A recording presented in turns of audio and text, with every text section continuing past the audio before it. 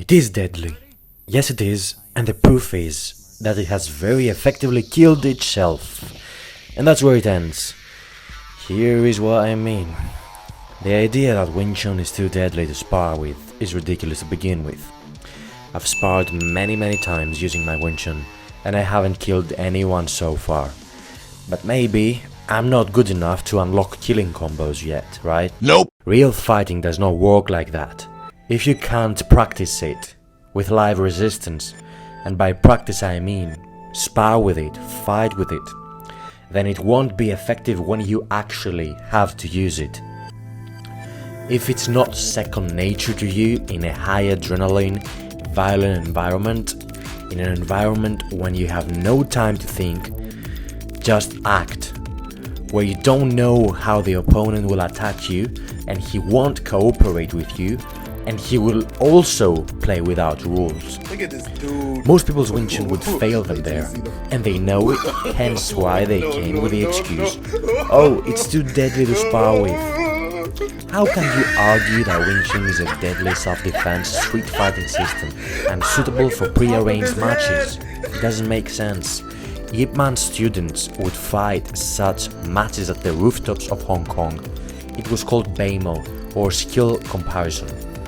They fought bare knuckle on rooftops, back alleys and wherever else they could to test their martial skills.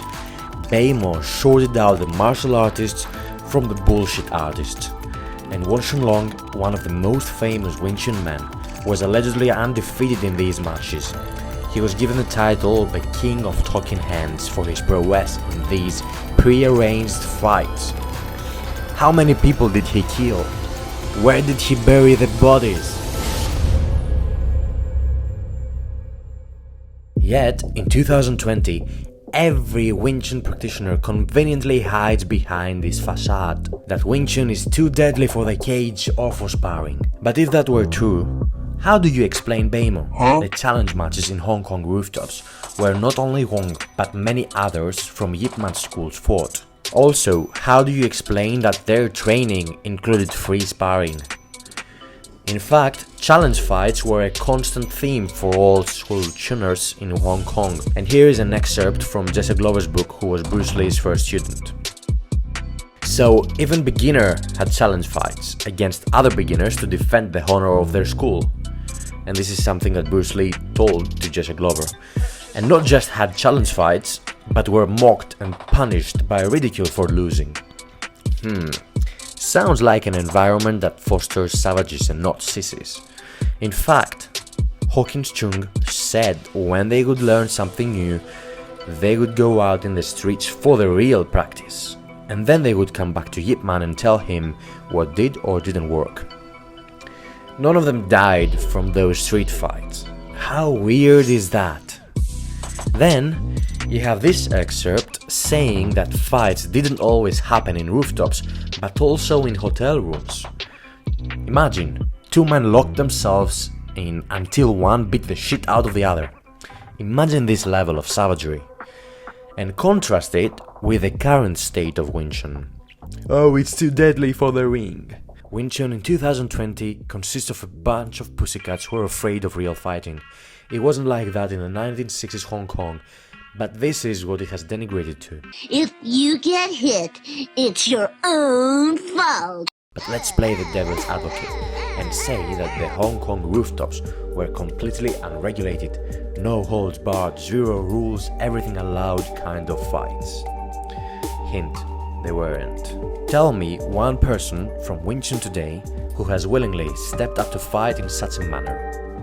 I'm sure that there will be many takers who are willing to fight in an unrestricted match against a Wing Chun man. But yeah, there is nobody to have done this, because as much as you can eye gouge or hit the groin of somebody, the other person can do that to you as well, and you're not willing to risk it. So MMA is the next best alternative where you can challenge yourself relatively safely, without the actual risk of losing an eye or having a dysfunctional ding-dong. So let's end this false pretense that you'd simply win because you'd fight unrestricted by rules. I bet that 8 out of 10 of Wing Chun practitioners don't even know what a punch feels like. I've witnessed it myself training Wing Chun, because it's full of pussies, man. The Wing Chun men of 1960s Hong Kong had balls. They weren't afraid of fighting, for real, not playing patty cake or doing cool demonstrations, which is all you see of Wing Chun nowadays.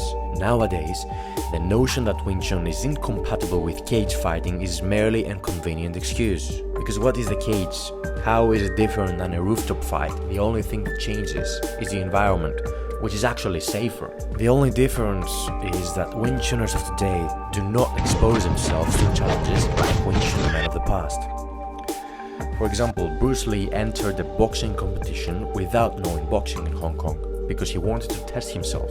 But Wing Chun practitioners today want to believe that they teach a deadly art without any interference from all the other systems that actually prove themselves. Systems such as Brazilian Jiu-Jitsu, boxing, wrestling, Muay Thai, and even Karate and Taekwondo have irrefutable proof of their effectiveness.